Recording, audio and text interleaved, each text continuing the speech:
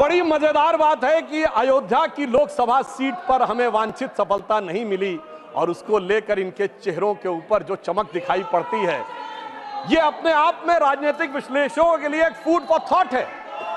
क्योंकि इस प्रकार का एक वातावरण इस देश में बनाया गया कि एक वर्ग के लिए all eyes should be on Rafah, चाहे किसी को पता हो रफा है क्या, कहां ये ना पता हो, पर दूसरे के लिए all eyes should not be on Ayodhya. परंतु मैं ये भी बताना चाहता हूं सभापति महोदय, ये लोग समझ नहीं पाए। अयोध्या में जब हमें वांछित सफलता नहीं मिली तो हमारे विरोधी बता क्या रहे हैं? देखिए साहब, आप अयोध्या हार गए, बस्ती हार गए, प्रयागराज हार गए, चित्रकूट हार गए, नासिक, रामटेक और रामेश्वरम, यानी भगवान राम से जुड़े सारे स्थलों के बारे में बता रहे हैं कि यहां भारतीय जनता पार्टी को वास्तविक, जैसे कई तो ऐसी सीटें थी रामेश्वरम कभी नहीं जीते थे। परंतु महोदय मैं कह रहा हूं, ये समझ नहीं पाए प्रभु की लीला क्या है। जो लोग ये कहते थे कि राम हुए नहीं, इसका सबूत दो, वो उत्तर से दक्षिण तक राम से जुड़े स्थानों का सबूत दे रहे हैं कि अयोध्या भी राम से जुड़ी थी, बस्ती भी जुड़ी थी, प्रयागराज भी था, रामटेक भी था, रामेश्वरम भी था। अरे आपको लगता है कि भगवान हमको हरवाने के लिए आए थे? नहीं, आपको अपना अस्तित्व मनवाने के लिए आए थे। और मैं ये भी बताना चाहता हूं महोदय, रामचरितमानस और रामायण में भी उल्लेख है कि एक बार नागपाश भगवान राम को भी लगा था और नागपाश लगने के कारण एक मूर्छा आ गई थी और तब राम विरोधी दल में बड़ी खुशियां छा गई थी।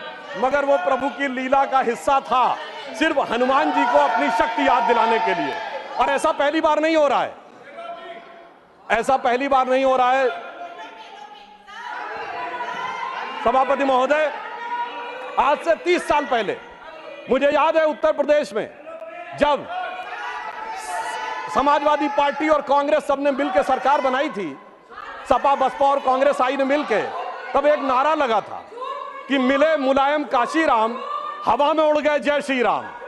मगर हम तब भी नहीं डिगे थे और जो हवा में उड़ाने की बात कर रहे थे, 3 साल में हमने केंद्र में सरकार बना के दिखा दी थी और उत्तर प्रदेश में भी सरकार बनी थी। अरे अब तो इतना अंतर आया है, तब आप हवा में उड़ाने की बात कर रहे हैं, अब आप एक एक स्थान को बता रहे हैं। आप निश्चित रहिए, जिसे एक हम लोग जो प्रसिद्ध भजन सुनते थे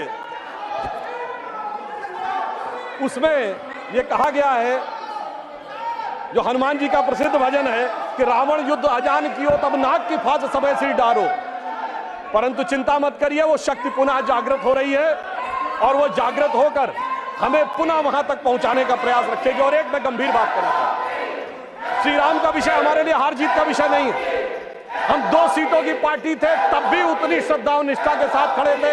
हम 86 सीट पे भी वैसे ही खड़े थे, 120 पे वैसे ही खड़े थे, 182 पे वैसे ही खड़े थे, 282 पे वैसे ही खड़े थे, 303 पर वैसे ही खड़े और 240 पर भी वैसे ही खड़े हुए हैं। आपके लिए चुनावी हार जीत का विषय होगा, हमारे लिए चुनावी हार जीत का विषय नहीं है।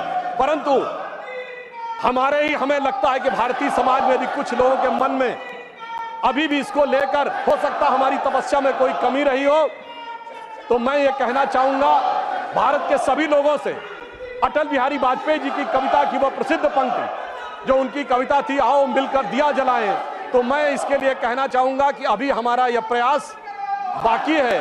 तो एक पंक्ति उनकी मैं कोट करना चाहता हूं जो आज की परिस्थितियों में बहुत समीचीन लगती है कि आहुति बाकी यज्ञ अधूरा, आहुति बाकी यज्ञ अधूरा, अपनों के विघ्नों ने घेरा, अंतिम जय का वज्र बनाने नवदधीच हड्डियां गलाएं, आओ मिलकर दिया जलाएं।